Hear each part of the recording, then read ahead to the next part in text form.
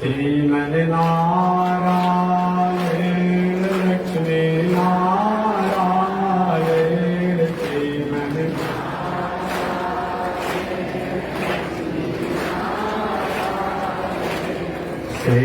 श्रीमन्नारायण नारायण नारायण श्रीमन्नारायण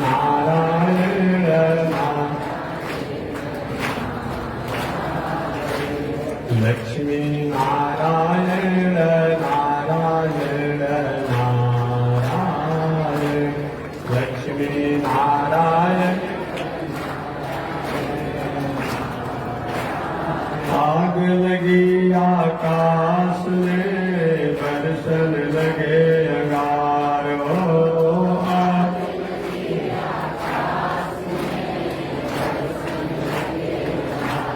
संत नहीं होते जग में तो जल मरता संसार हो संत नहीं होते जग में तो जल मरता संसार श्रीमन्नारायण नारायण नारायण श्रीमन्नारायण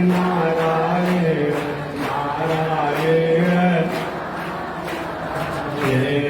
कहने देखी रघुनाथ जी हमारी लोरिया कहने देखी रघुनाथ कहने थाकी रघुनाथ जी हमारी लोरिया कहने ताकी रघुनाथ जी श्रीमन्नारायण नारायण नारायण श्रीमन्नारायण नारायण नारायण लक्ष्मी नारायण नारायण नारायण लक्ष्मी नारायण नारायण नारायण बोलिए श्री लक्ष्मी नारायण भगवान की। श्री भाष्यकार भगवान श्री रामानुजाचार्य स्वामी जी महाराज की। विश्ववन जगदाचार्य श्री त्रिदंडी स्वामी जी महाराज की। हरिओम शांति शांति शांति। अनंताचार्य कृपया वेदांत द्वयपारगम् रामकृष्णाङ्घ्रिसद्भक्तम् विश्वक्सेन मुनिं भजे। काषायं यज्ञसूत्रम् शुचिवपुषि तथा चोर्ध्वपुण्ड्रं च बाले यस्यास्ते दक्षहस्ते कलिकुमति गिरीन्द्रेन्द्रवज्रं त्रिदण्डम् संसाराग्नि प्रशान्त्यै मृतजलममलं दारुपात्रं पवित्रं श्रीविश्वक्सेनसूरे पदकमलयुग श्रेयशीर्षं श्रयामि। लक्ष्मीनाथसमारम्भा नाथयामुनमध्यमाम् अस्मदाचार्यपर्यन्ता वन्दे गुरो परम्परा।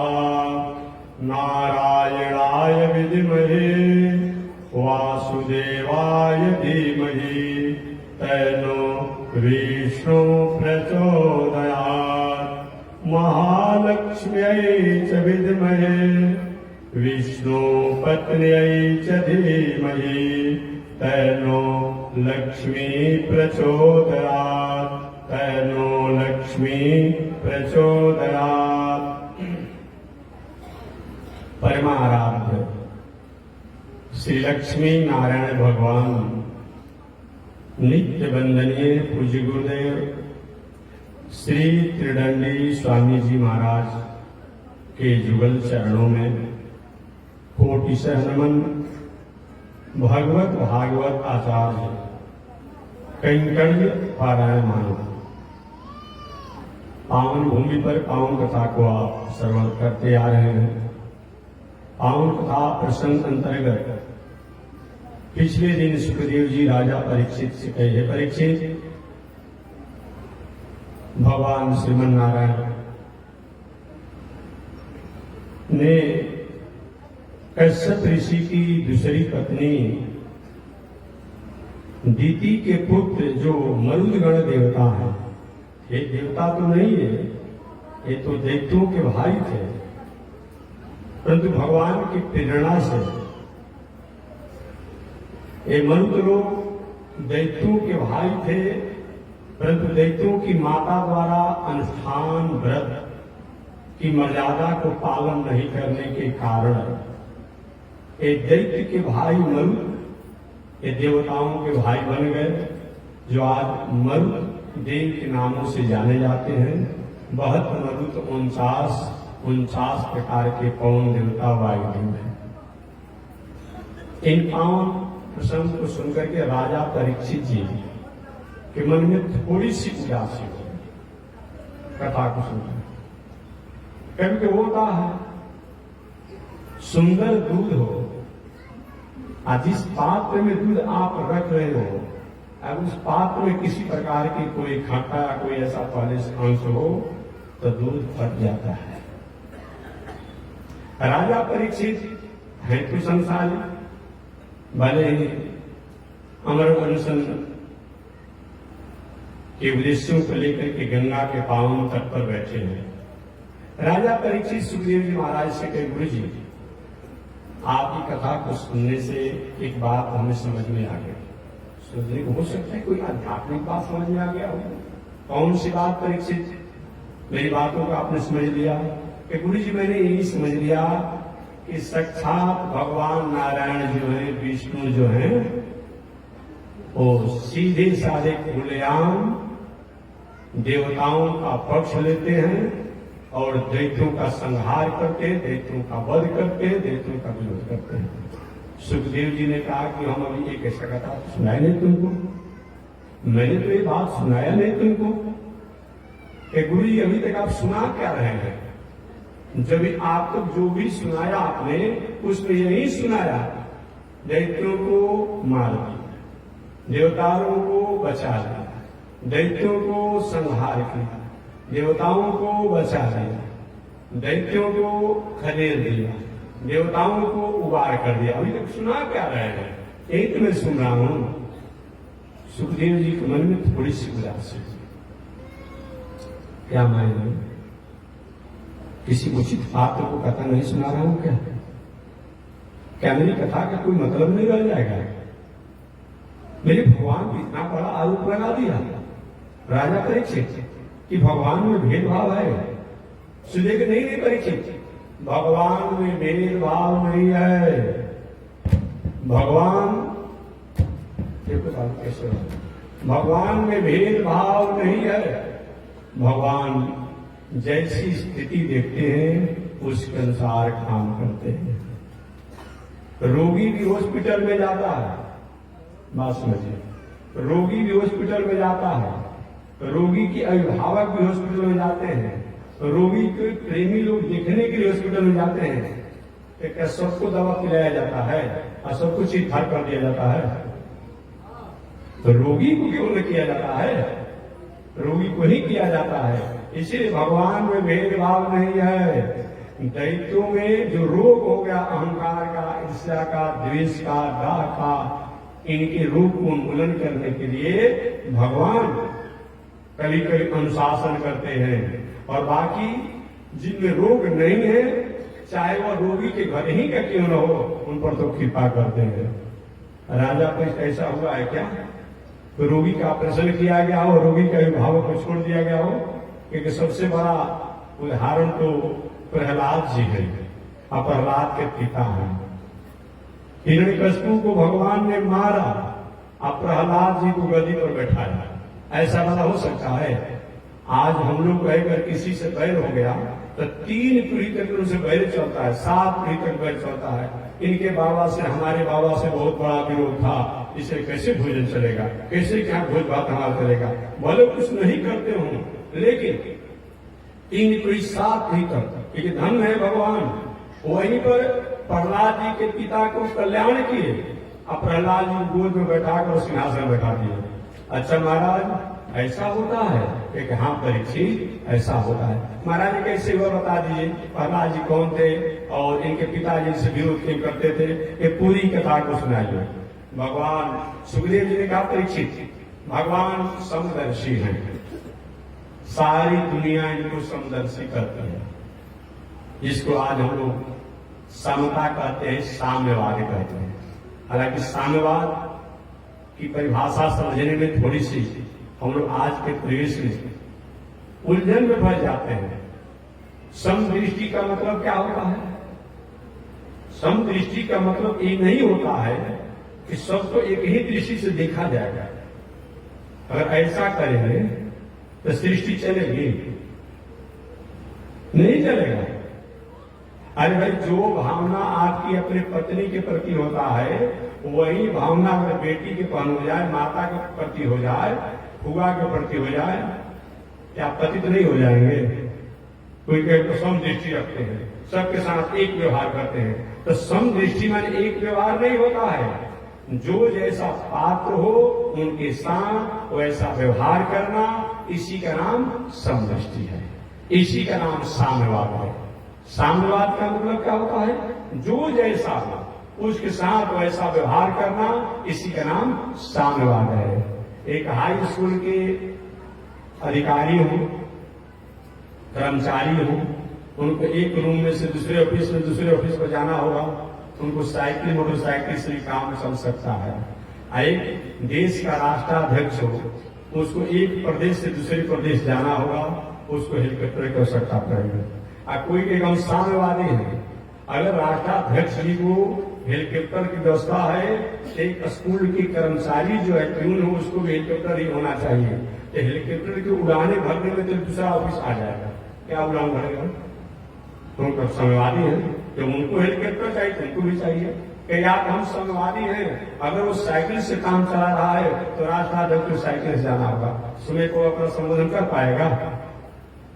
1 वर्ष का लड़का है, 6 महीना का लड़का है, वो 250 ग्राम 1 किलो आधा किलो दूध पी कर काम चला ले रहा है। कोई कम साम्यवादी है, अगर लड़का जो है 250 ग्राम दूध काम चलाता है तो जो 40 वर्ष के जवान हैं उनको भी 250 ग्राम दूध के काम चलाएंगे, वो जवान रहेंगे ठोस जाएंगे। कोई कम साम्यवादी आदमी है, अगर कहीं जवान आदमी 2.5 किलो भोजन पानी सब लेकर खाता है तो बालकों को 2.5 किलो खिलाएंगे, तो 2.5 किलो खिला करके 6 महीने का लड़का का भोजन करा कर मंगा देंगे। साम्यवाद का मतलब क्या होता है? जो जैसे हो उसके अनुसार वैसा व्यवहार करना, इसी का नाम साम्यवाद है, इसी का नाम साम्यवाद है। तो भगवान देखते हैं कि अगर दैत्य में भी भक्त हैं तो कृपा करते हैं, प्रहलाद जी उदाहरण के रूप में है, और भी बहुत से लोग हैं। अगर देखते हैं कि कहीं देवता लोग को भी कभी अहंकार हो जाता है तो उनको भी कई राज से हटा देते हैं। तो कथा बाद में आप जानेंगे, ये दैत्यराज बलि की कथा, जब देवताओं में अहंकार हो गया तो देवराज इंद्र को गति से हटा कर दैत्यराज बलि को गति को बैठा दिया गया, कथा बाद में आएगी। इसलिए भगवान में किसी प्रकार का दोष नहीं है। कहते हैं परीक्षित, भगवान में किसी प्रकार का दोष नहीं है, और हमारी बुद्धि वहां तक नहीं पहुंच पाती है, अतः भगवान में हम दोष और भेद दृष्टि करते हैं। आगे श्री सुखदेव जी महाराज कहते हैं, गोप्य कामा भयात कंसो देशा चैला दयो निपा संबंधात विषय स्नेहात यूयम भक्त्या वयम विभो कतमोपी न वेन सात पंचानां पुरुषं प्रति तस्मात् केना पायेन मन कृष्णेनु सेवे।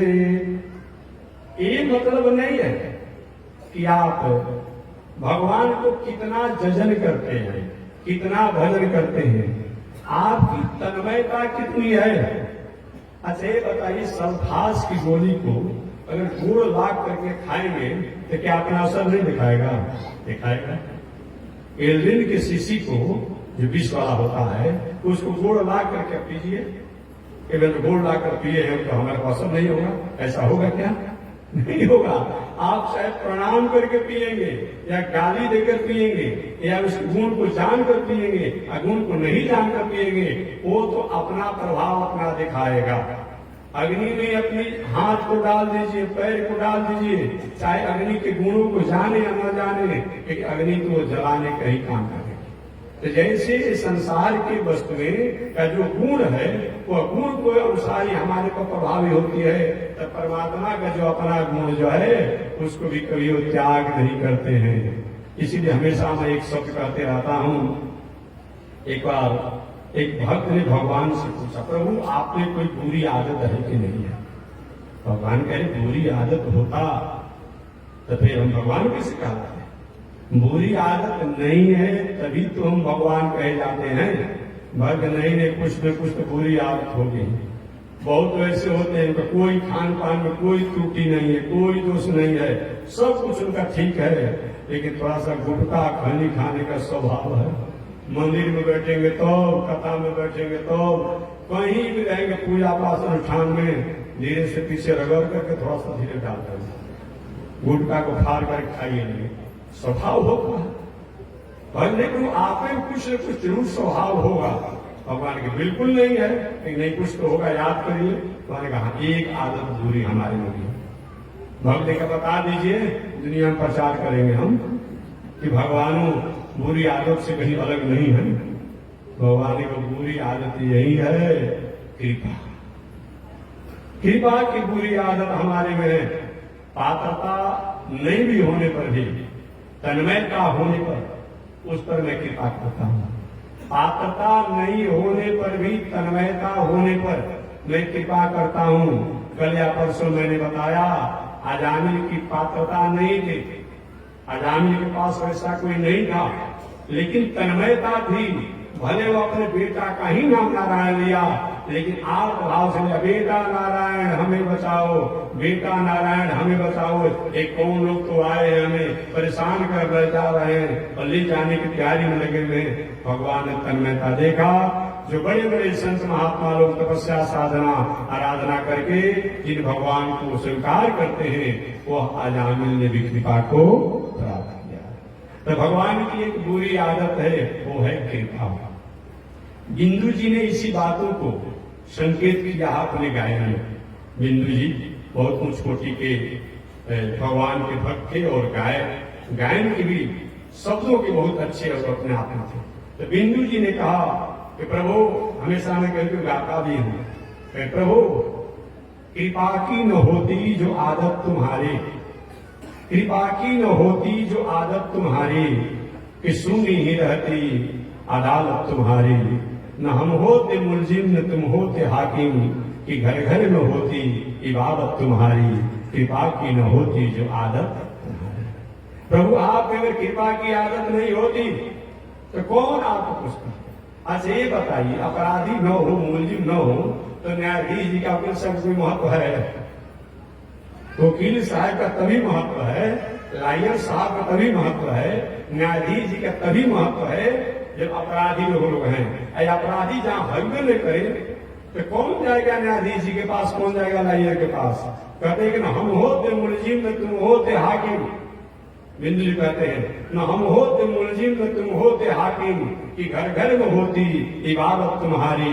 कृपा की न होती जो आदत तुम्हारी। यही भगवान में दोष है कृपा का।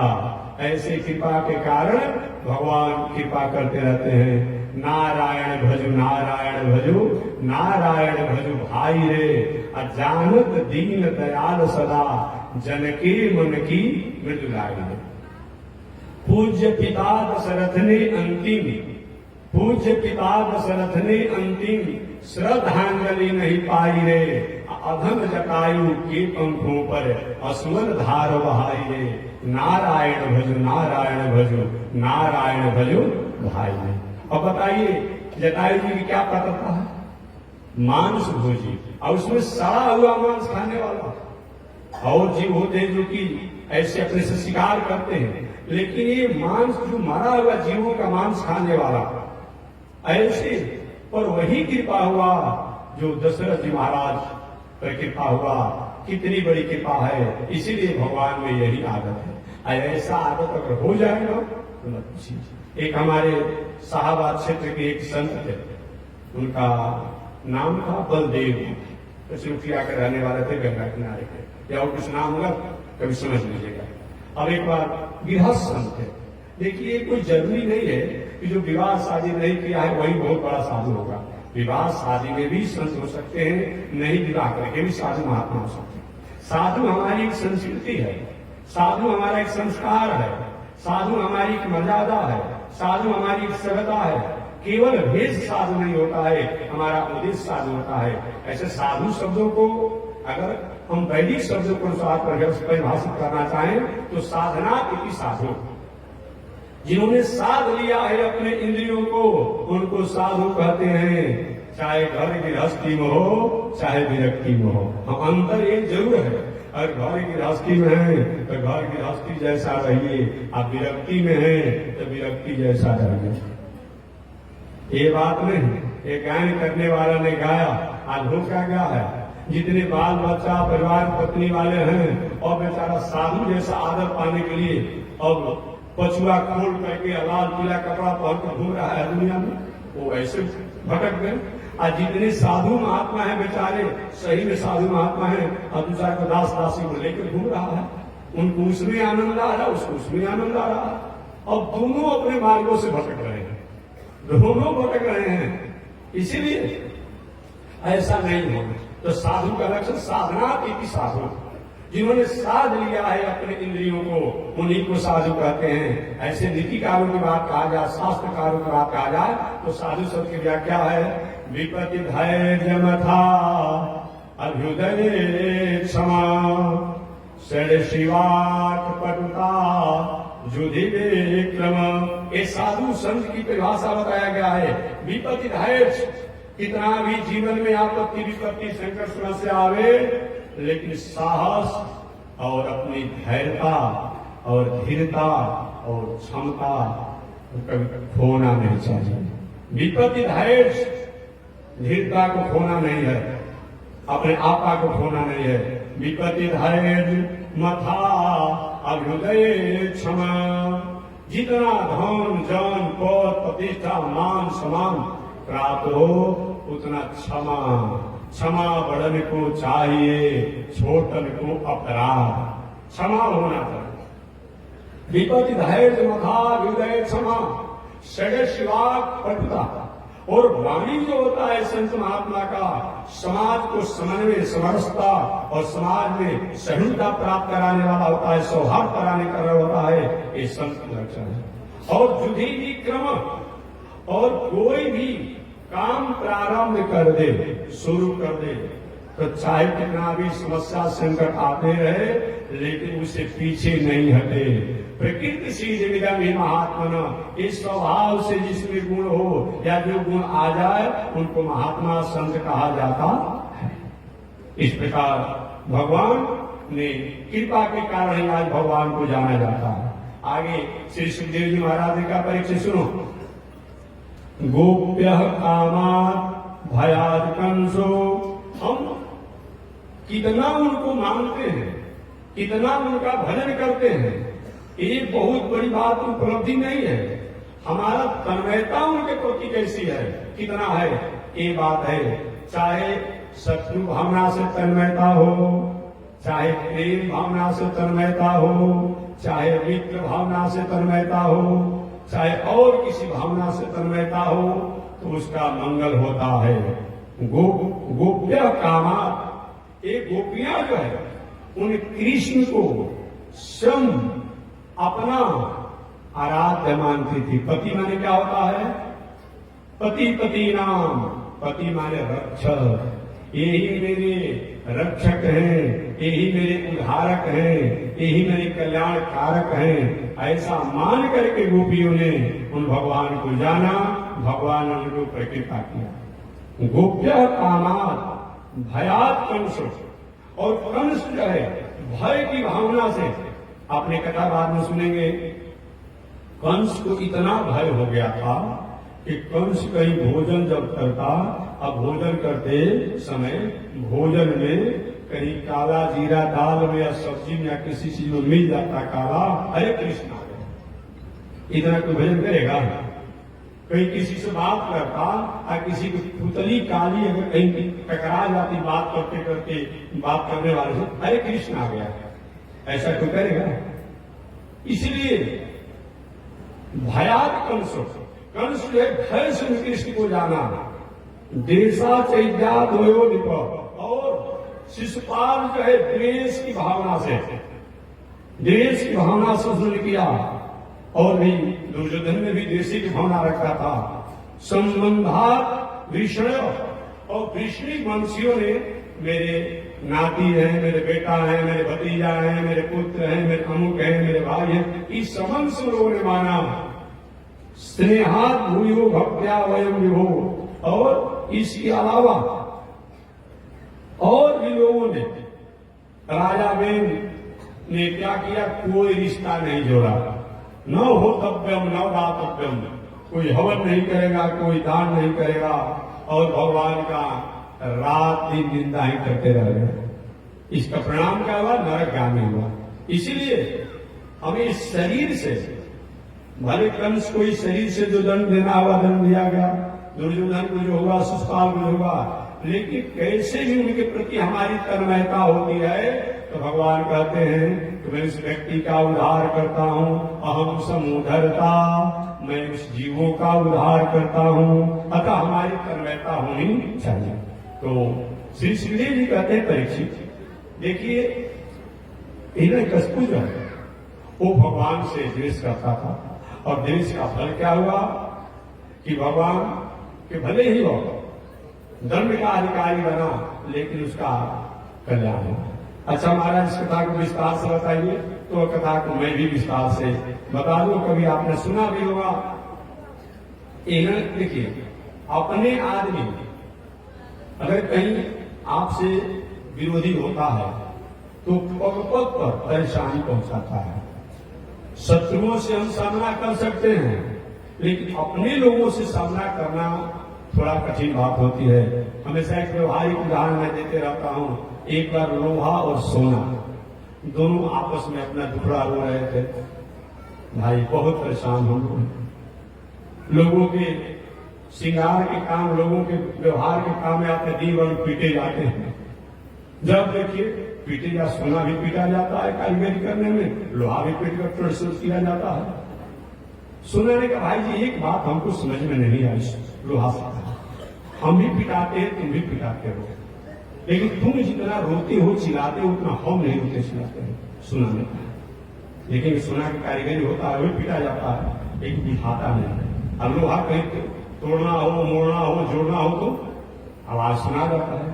लोहा ने रोते हुए भाई जी बात तो ठीक कहा है, अंतर इतना ही है, आप जो है लोहा से पिटे जाते हैं तो आप इसको सह लेते हैं, और हम लोहा से पिटे जाते हैं, हमसे बर्दाश्त नहीं होता है, इसलिए पुकार फाड़ कर चित्कार फाड़ कर होती है, इसीलिए हम इतना बात करते हैं। अपने लोगों द्वारा जब होता है ना तो मन में उदासी हो जाती है। ये हिरण्याक्ष हिरण्यकशिपु, रावण कुंभकर्ण, दंतवक्र शिशुपाल, ये दूसरा कोई नहीं है। आपने कभी कथा सुना होगा, तो प्रसंगवश में इसमें आ दूं कि एक बार भगवान श्रीमन नारायण लक्ष्मी जी के साथ बैठे थे। लक्ष्मी जी उनके चरणों की सेवा कर रहे थे। लक्ष्मी जी के मन में आया कि प्रभु हमने सुना है कि आप वज्रावती कठोर हैं, आप वज्र से भी कठोर हैं और पराग से भी कोमल हैं। तो पराग से कोमल है, इस गुणों को तो मैंने आपके चरणों की सेवा करके देख लिया है, अनुभव कर लिया है, लेकिन आप वज्र से भी कठोर हैं, ये मैंने अनुभव नहीं किया है। हमारी इच्छा है कि मैं आपकी कठोरता को जानना चाहती हूँ। भगवान ने कहा देवी जी, अगर हम जिसको रूप न दिखाना चाहें और वो अगर हमारी गुण को दिखना चाहता है, उसमें भरम में फंस जाता है, नहीं देखती तो अच्छा होता। लक्ष्मी प्रभु मैं हमारी इच्छा तो है देखने के लिए, ठीक है जाओ, समय पता चल जाएगा मैं कैसे वज्र से भी कठोर हूं। एक बार अपने सेवकों से सुनो, कोई भी होगा बिना पूछे यहां भीतर नहीं आने देना है। अब संजोग से लक्ष्मी जी भगवान की सेवा करने आ रही थी, आज जय भी भगवान के निजी सेवक जो हैं रोक दिए।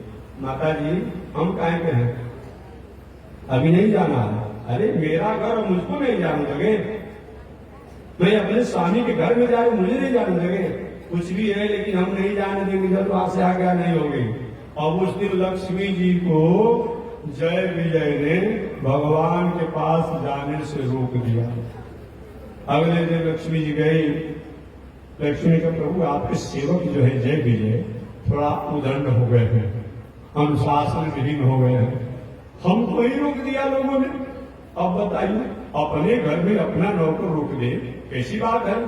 भगवान के देवी जी अगर कुछ करेंगे, नौकर को हटाएंगे तो कई लोग की मीडिया का काम करने वाले जो देवर्षि नारद जी हैं वे अगला दिन अखबार में लिखेंगे कि भगवान की पत्नी के कहने में आकर के अपने सेवकों को बर्खास्त किया, यही हेडिंग चलेगी। इस अभी कुछ नहीं करेंगे, समय आएगा तो हमको भी कभी कभी उड़ाना मिलता है संत महात्माओं के प्रति इनकी आदर नहीं है, तो अभी कुछ नहीं करेंगे। ठीक है महाराज।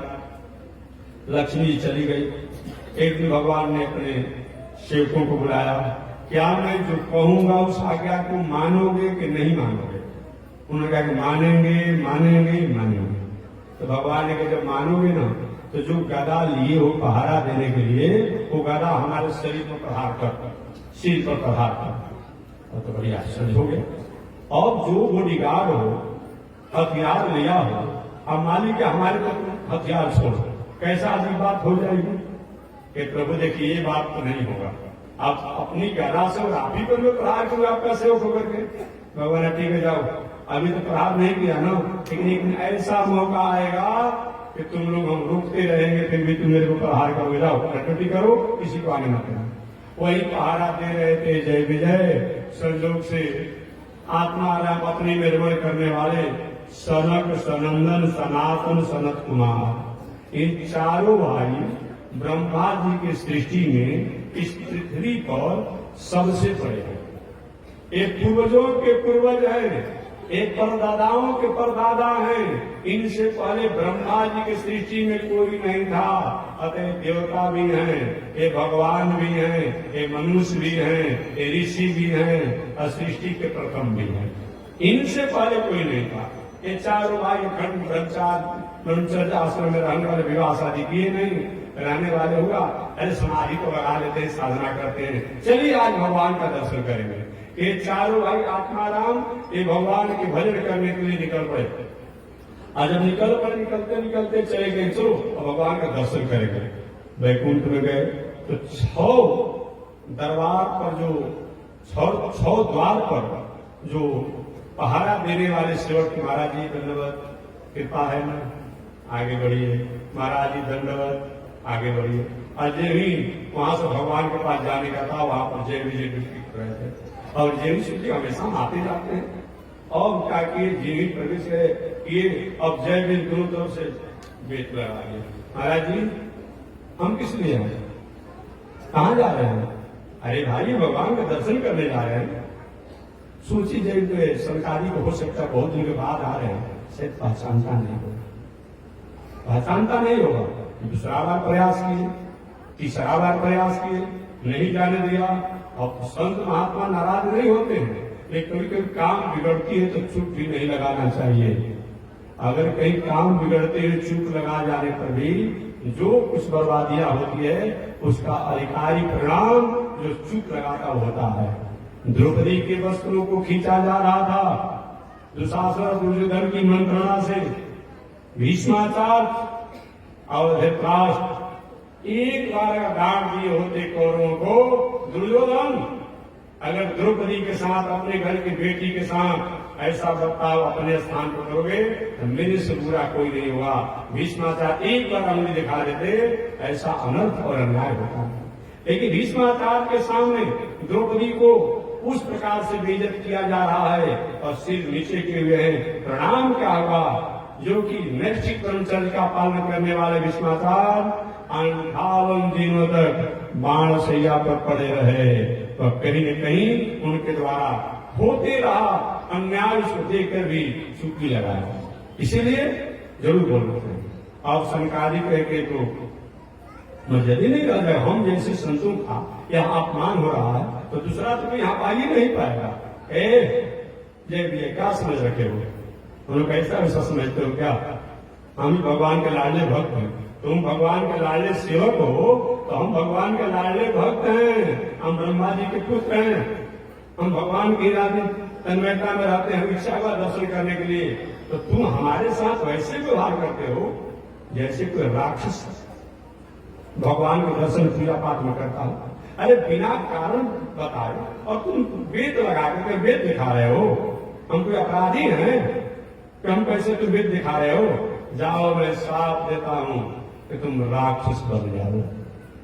अब तो कोई व्यक्ति अफसर बहुत बड़ा रंग फंड में रहता हो, कहीं उसी समय कोई आरोप में लाइन हाजिर हो जाए तो कैसा उसकी स्थिति हो जाती है?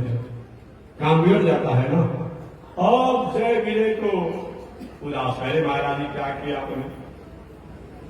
एक ऐसा साफ आपने दे दिया, ये साफ क्यों नहीं देंगे? तुम जाने नहीं दिया? नहीं महाराज जी ऐसा मत कीजिए, कृपा कर दीजिए, क्षमा कर दीजिए, ये हो रहा था। नहीं तुम्हारा दिमाग ठीक नहीं है, तो हमेशा संत महात्माओं को अपमान करते थे। हो रहा था आपसी टकराव, भगवान भीतर से द्वार को कोई हाला गुला हो रहा है। अब भगवान जब आए तो अरे मेरा एक तरफ भक्त है, एक तरफ मेरा सेवक, ये दोनों आपस में टकरार कर रहे हैं। आइए महाराज आइए, चले चले चले। भगवान ने कहा शनकादियों से, ये मौज रहने वाले हैं संत नहीं चलेंगे, ऐसे उदंड आपने रखे हैं सेवकों जो किसी को समझता ही नहीं है। भगवान ने विचार दूसरी बार नहीं कहेंगे जाएंगे, क्योंकि अगर वैकुंठ में लोग जाएंगे इनका क्रोध का वायरस वहां वैकुंठ में चला जाएगा, तो जो शांति का जगह है वो अशांत हो जाएगा। अब द्वारे पर उनसे सत्कार समान किए, महाराज जी ये मेरे सेवक की गलती को हमारा गलती मान लीजिए, हमको भी जो दंड देना है उसको दंड दे दीजिए। उनको तो जो आपने साथ दिया दे ही दिया, हमको भी जो देना है वही सो दे दीजिए। अब इतना कहे भगवान इस सनकादियों का क्रोध शांत हो गया। नहीं ये क्या भगवान कह रहे हैं? नहीं प्रभु आपके सेवकों का कोई दोष नहीं है, ये नहीं दर्शन कराया, हमको चले जाना चाहता था, लेकिन हमने जो साप दिया है ये साप आपके सेवकों पर लागू नहीं होना चाहिए। भगवान ने कहा आपके वचनों को पूरा करने के लिए हमको पृथ्वी पर अवतार लेना पड़ेगा, ऐसा साप लागू होगा। अब तो साप लागू होगा। आगे सरकारी ने कहा बेटा ये बताओ क्या चाहते हो? कि प्रभु हम चाहते हैं कि जल्दी यहाँ आ जाए, लाइन हाथी जो कर देना आपने, जल्दी यहाँ बुला दीजिए, भेज दीजिए। लेकिन देखो एक उपाय है, अगर भगवान की भक्ति करते हुए तुम राक्षस बनना चाहते हो तो 7 जन्म तक राक्षस बनना पड़ेगा, तब यहाँ आओगे ड्यूटी में। अगर कहीं भगवान से विरोध करके तुम अगर आना चाहते हो तो 3 जन्म में आ जाओगे। बताओ क्या चाहते हो? कि प्रभु भले भगवान से झगड़ा करना पड़े, गाली गलौज भी करना पड़े, विवाद करना पड़े कि जल्दी हमें आना चाहते हैं, तो जाओ 3 जन्म तक राक्षस हो गए। वही भगवान के निजी सेवक जय और विजय जो है प्रथम जन्म में हिरण्याक्ष और हिरण्यकशिपु बने, दूसरे जन्म में रावण और कुंभकर्ण बने, तीसरे जन्म में दंतभक्त और शिशुपाल बने। मैं कहना चाह रहा था कि अपना आदमी अगर कहीं होता है ना वो बहुत बड़ा मुश्किल काम हो जाती है। भगवान के निजी सेवक जय विजय जब थोड़ी से हुआ तो देखिए 3 जन्म तक राक्षस है। अब भगवान से कट्टर शत्रुता रहा। आपने हिरण्याक्ष हिरण्यकशिपु का कथा सुना होगा और आगे सुनेंगे भी। आपने रावण कुंभकर्ण की कथा सुना होगा और सुनते रहेंगे, और दंतभक्त शिशुपाल की भी आपने कथा सुना है और सुनते रहेंगे। ऐसे यह हिरण्यकशिपु सुखदेव जी कहते हैं परीक्षित, भगवान ने आप ही कहते हैं कि भगवान समदर्शी नहीं है। अगर भगवान समदर्शी नहीं होते तो उन्होंने हिरण्यकशिपु का वध किया और उनके पुत्र प्रहलाद को लाभ क्या स्नेह दिए, ऐसा होता? प्रभु ये बताइए तो हिरण्यकशिपु कौन था, कैसे तपस्या किया उनके पुत्र प्रहलाद जी से, और प्रहलाद जी को किस प्रकार भगवान ने कृपा किया, इस कथा को विस्तार से बताइए। इस कथा को मैं भी विस्तार से निवेदन कर रहा हूं, पहले भी निवेदन कर चुका हूं। कश्यप ऋषि की अनेक पत्नियों में सबसे बड़ी पत्नी का नाम अदिति है। जिन अदिति से 12 आदित्य देवता हुए, जिसमें सूर्य देवता, वरुण देवता, इंद्र देवता, अर्जुना देवता और वामन भगवान, ये सब लोग माता अदिति के पुत्र हैं। कश्यप ऋषि की दूसरी पत्नी जिसका नाम दीति है, उन दीति से एक बार कश्यप ऋषि सायंकाल के समय अपनी पूजा पाठ और ध्यान साधना में लगे थे और दीति ने कहा, महाराज हमारी बड़ी सवत जो अदिति है उनके देवता लोग पुत्र होगा, हमारा पुत्र नहीं होगा, हमको भी अधिकार प्राप्त कराया जाए। कश्यप ऋषि का भी मुहूर्त अच्छा नहीं है, समय अच्छा नहीं है, एक ही समय नहीं जानते, हमको पुत्र प्राप्ति का अधिकार दीजिए। और भावना में आकर के दीति के कश्यप ऋषि ने उसके वंश विस्तार का अधिकार प्राप्त कराया और समय से वही दीति के गर्भ से हिरण्याक्ष हिरण्यकश्यप हुए। हिरण्याक्ष जब हुआ तो पृथ्वी को चुरा करके जल में भीतर छुपा कर रखा था वराह अवतार भगवान प्रकट होकर के हिरण्याक्ष का वध किए और पृथ्वी को जल पर स्थापित की। अपने भाई हिरण्याक्ष के वध के बाद बदला लेने की भावना से विष्णु से हिरण्यकश्यप ने घोर तपस्या किया और घोर तपस्या करके दुनिया में प्रचार कर दिया कि यह विष्णु से हमारा कोई बैर नहीं, लेकिन देवताओं के चुगली खाने के कारण हमारे भाई को मार डाला, अतः मैं छोड़ूंगा नहीं। और जाकर के बहुत घोर तपस्या किया। घोर तपस्या करने के बाद हिरण्यकश्यप देवताओं के राज को छीन लिया और राज को जब छीन लिया देवता लोग मारे मारे फिरने लगे। अब कहीं उनका कोई सहारा नहीं मिला, सहारा नहीं मिला। इसी तरह से एक बार दैत्यों के पुरोहित शुक्राचार्य ने कहा कि जजमान अगर इस बार जाकर तपस्या करेंगे तो देव लोग आपको चिरस्थायी हो जाएगा, बहुत दिनों के लिए हो जाएगा। तो ही क्या किया, जा करके और हिरण्यकश्यप तपस्या दूसरी बार करने लगा। उस समय हिरण्यकश्यप का विवाह हो चुका था। विवाह के बाद उसके और पुत्र हो चुके थे, प्रहलाद जी का जन्म भी नहीं हुआ था। हिरण्यकश्यप की पत्नी का नाम कयाधु है। तो समय पा करके जाकर के तपस्या करने बैठा, हिमालय में एक वृक्ष के नीचे बैठा। इधर देवताओं की खलबली मच गई कि अगर इस बार तपस्या पूरा हो गया तो हमेशा हमेशा के लिए राज चला जाएगा। अभी तो कुछ विश्वास है कि हो सकता है कभी राज मिल सकता है, लेकिन इस बार तपस्या अगर पूरा होगा तो हमेशा हमेशा के राज चला जाएगा। ये देवता लोग अपने पुरोहित बृहस्पति जी के पास गए, गुरु जी कोई उपाय करें। बृहस्पति जी हम क्या करें, हमारे बस की बात क्या, कमजोरी करेंगे नहीं, बोले जी कुछ न कुछ उपाय कर दीजिए। वही देवताओं के पुरोहित जो बृहस्पति जी देव स्वरूप है, एक तोता का रूप बना करके, सुगा का रूप बना करके जहां हिरण्यकश्यप तपस्या कर रहा था वही चले गए, पेड़ के ऊपर जाकर बैठ गए। नारायण नारायण नारायण नारायण कहने लगे। मेरा शत्रु का नाम लेने वाला यहां भी आ गया तुम। अब क्या कहते, जली वृक्ष नीचे गया, वहां भी तोता वहीं आवाज लगाया। अब कहा हिरण्यकश्यप ने कि आज मेरा तपस्या भंग हो गया, मेरे शत्रु का नाम लेने वाला है तोता आ गया। ये दुनिया में ऐसे भी लोग हैं जो कि भगवान से उनको कुलमान है, कुलघात है। बात समझ गए ना। एक व्यवहारिक बात कह दो मैं, कुछ ऐसे लोग हैं। एक पौराणिक बात मैं सुना दूं। एक बार देवर्षि नारद जी, हमारे भारतीय दर्शन और वैदिक दर्शन एक कथा को बताने में 10 को उदाहरण देना पड़ता है और 10 को शास्त्रों का प्रमाण देना पड़ता है। और यहाँ ऐसा कुछ बात नहीं है, लेकिन हमारा भारतीय और वैदिक दर्शन की ये सबसे बड़ी उपलब्धि यही रही।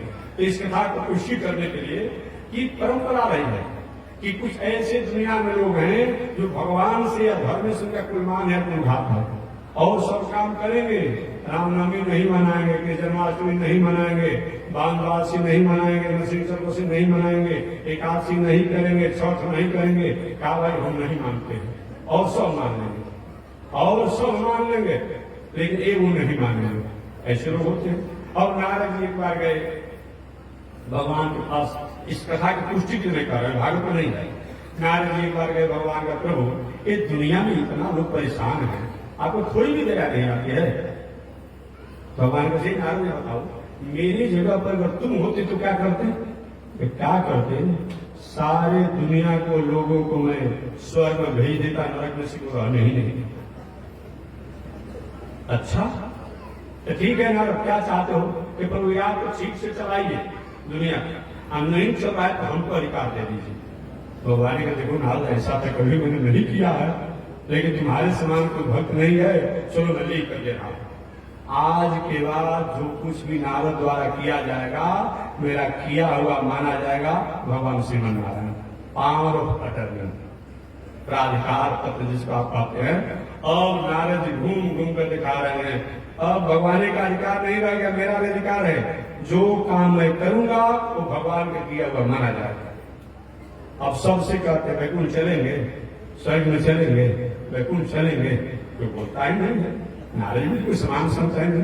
अब संयोग से एक हलवा हल चला रहा था, चिलचिलाती धूप में लगभग 80-85 90 वर्ष का होगा, पेट पीठ में सटा हुआ था, शरीर हिल रहा था, परिवार का भोजन भी नहीं मिला, मध्यान्ह का तक हल चला रहा था। हे हलवाए भाई, हे हलवाए भाई, रुक जाओ रुक जाओ, मैं देवर्षि नारद हूं, मेरी बातों को सुन लो, अब आप इतना कष्ट उठाने की आवश्यकता नहीं पड़ेगी। परंतु हलवाए ने बातें नहीं सुना, इसी लाते रहे। जब उसकी पूरी जुताई पूरी हो गई, तब का बोलो क्या कहना चाहते हो नारद?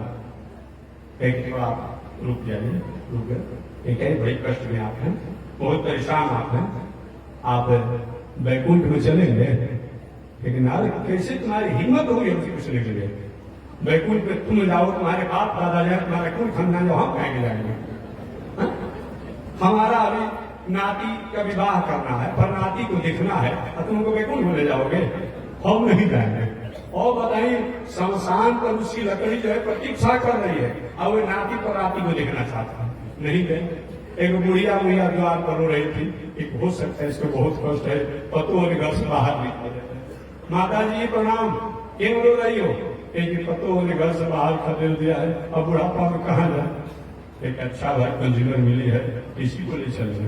अच्छा माता जी तुम वैकुंठ में चलोगी, वैकुंठ में तुम चलोगी? और बुढ़िया ने इतना जोर से नारद, अरे नारद वैकुंठ में हम कहेंगे जाऊंगे, तुम जाओ वैकुंठ में, हमारी पतों ने हमको घर से बाहर निकाला, तुम कौन होते हो? पलट गई, अभी रो रही थी, अब भी बदल गई। वहां से नारद जी आगे गए। ये सुकरी जो है, सुकरी समझते हैं ना, जो ग्रामीण गंदगी को जो खाती है, ग्रामीण सुअर, वो अपने बच्चों को गंदगी में लेकर लोट पोट में एक गंदगी में रहती है। अब सुकरी की भाषा में नारद जी बोले, आप बोलेगा अरे चलोगी वैकुंठ में? तो सुकरी का वैकुंठ माने क्या होता है? एक वैकुंठ में एक गंदगी दुर्गंधित भोजन नहीं मिलता है, दुर्गंधित निवास नहीं मिलता है। तो सुकरी ने कहा तुम्हारे वैकुंठ में आग लग जाए, नहीं जाएंगे, जहां ऐसा न गंदा भोजन मिलेगा न गंदा रहने का जगह मिलेगा, हम कहेंगे जाऊंगे, नहीं जाऊंगी। वो अभी नकार गई। अब एक नास्तिक व्यक्ति था, एक अच्छा प्रसंग में बता रहा, एक नास्तिक व्यक्ति था, एक तो इसका कल्याण कर दिया जाए।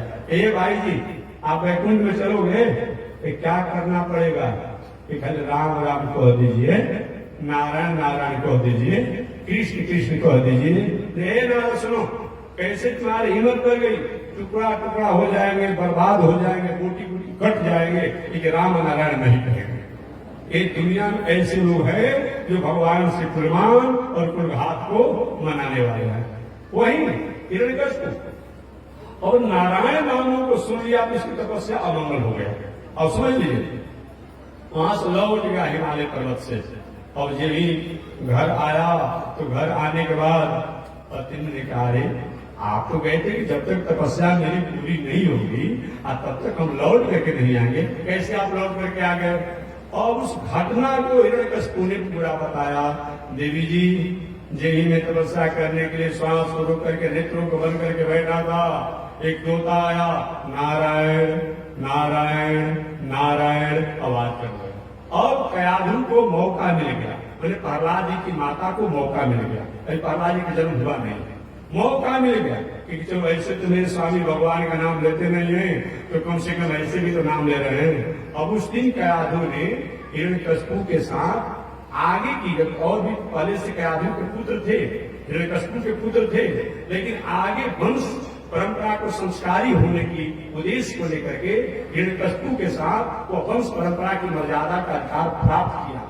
अब वही प्रसंगों को बार बार पूछते, महाराज अच्छा ही बताइए, जब आप नेत्रों को बंद किए थे तो कैसे सुगा बोल रहा था? देवी जी मत कहो नारायण नारायण नारायण। अब इसी बातों को घुमा करके फिरा करके सैकड़ों बार हिरण्यकशिपु की पत्नी कयाधु ने अपने पति हिरण्यकशिपु से कहवा दिया।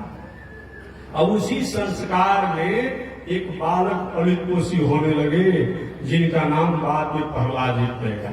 वही बालक गर्भ हो गए। इसलिए हमेशा मैं कहता हूँ बहुत बड़ा महत्व होता है। सुंदर संस्कार वाले पुत्र चाहते हैं, पुत्री चाहते हैं, तो सुंदर व्यवहार, सुंदर संस्कृति को स्मरण स्वीकार करते हुए करें। किसी भ्रष्ट आदमी के या किसी आचरण से गिरी हुई किसी स्त्री का स्मरण ध्यान करके स्त्री व पुरुष का अगर वंश विस्तार की मर्यादा में रहेंगे तो बाद में चलकर जो आपका वंश होगा वो उसी संस्कार वाला होगा। अतः इस पर विचार करना चाहिए। ये बताया गया। वही अब कयाधु के गर्भ में एक बालक पलित पोषित होने लगे। कुछ दिनों के बाद पुनः वो हिरण्यकशिपु चला गया तपस्या करने के लिए, और तपस्या करने के लिए गया तो बहुत दिनों तक वो तपस्या किया। यह घटना को जब देवराज इंद्र को पता चला कि हिरण्यकशिपु तपस्या करने के लिए गया है और जब तक तपस्या पूरी नहीं हो जाएगी तब तक वो लौट करके नहीं आएगा, तो क्या किए देवराज इंद्र? हिरण्यकशिपु की पत्नी कयाधु को अपहरण कर लिए। क्या कर लिए? अपहरण कर लिए और आकाश मार्गों से लेकर के जाने लगे कि ले जाने इसको काट देंगे, किसी के गर्भ में मेरा शत्रु जन्म लेने वाला है, एक काम में हमेशा के लिए बंद हो जाएगा। अब लेकर आकाश मार्गों से जा रहे थे। हिरण्यकशिपु की पत्नी कयाधु रो रही थी, मेरा क्या कसूर है, मुझे छोड़ दीजिए, मेरे घर में बालक भी है। देवराज ने माने पर क्या देते। संयोग से आकाश मार्ग में ही नारद जी से मुलाकात हो गई। नारद ने कहा, अरे क्या कर रहे हैं, कहाँ जा रहे हैं, किसको लेकर जा रहे हैं? तो महाराज मेरे शत्रु हिरण्यकशिपु की पत्नी कयाधु है, इसके घर में बालक है, इसको इसके बालक को हत्या कर देंगे कि हमेशा हमेशा के लिए मेरे शत्रु का समापन हो जाएगा। नारद जी का ऐसा मत कीजिए, ऐसा करना चाहेंगे तो इसके गर्भ में भगवान का भक्त बालक है, और जो भी आप कुछ करना चाहेंगे भगवान आप ही को दंड देने लगेंगे, ऐसा मत कीजिए। अच्छा महाराज तब क्या करें? एक इस बेटी को छोड़ दीजिए, इस कयाधु को छोड़िए और जाइए आप। वही देवराज इंद्र ने नारद जी को सुपुर्द कर दिया उस हिरण्यकशिपु की पत्नी कयाधु को। नारद जी की बेटी, हम तो घूमने फिरने वाले संत हैं, मेरे आश्रम पर तब तक तुम रहो अपनी गर्भ अवस्था में जब तक तुम्हारे पति तपस्या करके लौट करके नहीं आ जाते, और जब तुम्हारे पति तपस्या करके लौट के आ जाएंगे तब तुम अपने पति के यहाँ चले जाना। वही नारद जी के आश्रम पर हिरण्यकशिपु की पत्नी कयाधु गर्भावस्था में रहने लगी और संस्कार को प्राप्त करने लगी। समय बीतने लगा, हिरण्यकशिपु तपस्या को अपना पूरा किया, और जब लौट करके आया तो नारद जी ने उस कयाधु को वहां सुपुर्द कर दिया। और समय पा करके वही हिरण्यकशिपु की पत्नी कयाधु के गर्भ से समय आने पर एक बालक का जन्म हुआ, जिस बालक का नाम पड़ा प्रहलाद। बोलिए प्रहलाद जी महाराज के। यही प्रहलाद जी महाराज हैं। इन कथा को मैंने संक्षिप्त में आपको सुनाया कि किस संस्कार से प्रहलाद जी प्रकट हुए। आगे प्रहलाद जी के जन्म होने के बाद प्रहलाद जी में गर्भ का ही संस्कार था, देवर्षि नारद जी का संस्कार था, और वह संस्कार के कारण बचपन से ही भगवान के भक्त हुए। उनकी भक्ति करते समय किस प्रकार से जीवन में बाधा संकट आया, इस चर्चा अगले दिन। आज इसी के साथ वाणी विराम। एक बार भगवान का नाम ले, आगे परमात्मा की जय श्री श्रीमन नारायण लक्ष्मी श्रीमन नारायण नारायण लक्ष्मी नारायण नारायण। बोलिए श्री लक्ष्मी नारायण भगवान की। हरि ओम। शांति शांति शांति। नारायण। तो ठीक पुनः एक बार याद दिला दें कल 7 तारीख है ना, 7 तारीख है ना, 8 तारीख से 5 बजे सायंकाल से 6 बजे तक कथा होगी। समय आप नियत याद रखिएगा, 5 बजने में 5 मिनट कम रहेगा, हम मंच पर आ जाएंगे। 6 बजे तक लगभग या 5 मिनट कम रहेगा, कथा को विश्राम दे दी जाएगी कि आप लोग समय से अपने घर पहुंच जाएंगे। सुबह की आरती 7 बजे से 7:30 बजे के बीच में होगी, तो समय को आप याद रखिएगा। भेंट मुलाकात का समय 4 बजे से 5 बजे का रहेगा, ये भी समय को आप याद रखेंगे। बाकी शेष समय में आप अपना कार्य करें और श्री लक्ष्मी नारायण महायज्ञ की जल यात्रा की तैयारी में धीरे धीरे आप लोग इष्ट बंधु बांधव सबको कह दीजिए, अपना कपड़ा की व्यवस्था कर लेंगे, अपने कलश की व्यवस्था कर लेंगे। अपना करना ये कमेटी नहीं देगी, अपने कपड़ा की व्यवस्था कर लेंगे। आप नया हो या पुरान हो, इसमें कोई आपत्ति नहीं, साफ होना चाहिए। तो आप 1 तारीख को 10 बजे देंगे जल यात्रा। यहाँ से बहरी महादेव कहे जाते वहीं पर नहीं, बहरी महादेव पर जो जल यात्रा होगा उसको तैयारी में रहेंगे और खा पी कर अपने घर से आना है, याद रखिएगा। भोजन करके आना है। अगर कहीं किसी को जाने में उतना अगर पैदल परेशानी होगा तो प्लास्टिक का पुराना चप्पल भी पहन लीजिएगा।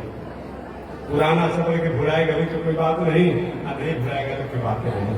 लेकिन अगर इसी को परिस्थिति समझ में आती हो तो वह जाने में हो सकता है 5-10 किलोमीटर लंबा जाना और किसी को बहुत अभ्यास अपना तो बिना चप्पल जूता के नहीं चलने को तो थोड़ी समस्या आने की संभावना हो, तो ऐसा का समझ में आता हो तो भी समझिए। जो बूढ़ पुरानिया रोगी हो, वो टेम्पू हो, गाड़ी हो, स्कूटर जैसे हो, उस पर बैठ कर जाएंगे। तो पैदल जाने वाले पैदल जाएंगे। तो ठीक आप याद रखिएगा, 1 अक्टूबर को श्री लक्ष्मी नारायण महादेव की जल यात्रा 10 बजे दिन से होगी। आप अपना कलश, अपना कपड़ा की व्यवस्था करके अपने घर से भोजन करके आइए। कहीं की भोजन की व्यवस्था मत रह जाएगा, अपने घर से भोजन कर लीजिएगा और भोजन करके आइएगा और जल यात्रा में सम्मिलित होइएगा। सबसे पहले आकर यहीं बैठ जाना है, यहाँ पूजा होगा 12 बजे, और तब बाद में जल यात्रा होगी। इसमें आप सभी लोग आएंगे। कौन उठाएगा ये किसी से पूछने की आवश्यकता नहीं है, तो पहले मैं बता दिया। जो भारतवासी है वैदिक परंपरा के जो आदर करते हो, भारत की संस्कृति, भारतीय संस्कृति के प्रति जिनकी निष्ठा हो, ऐसे भारतीय सबको इस जग की जल यात्रा में कलश उठाएं। और ये भी इसमें कोई फीस या कोई चार्ज की आवश्यकता नहीं है, न किसी से नाम लिखाना है, न किसी को रुपया पैसा जल यात्रा के कलश के लिए देना है। याद रखिएगा, निःशुल्क, फ्री ऑफ कॉस्ट। तो बस इसको याद रखिएगा। शेष चर्चा समय से होती रहेगी। जय श्रीमन नारायण, जय श्री।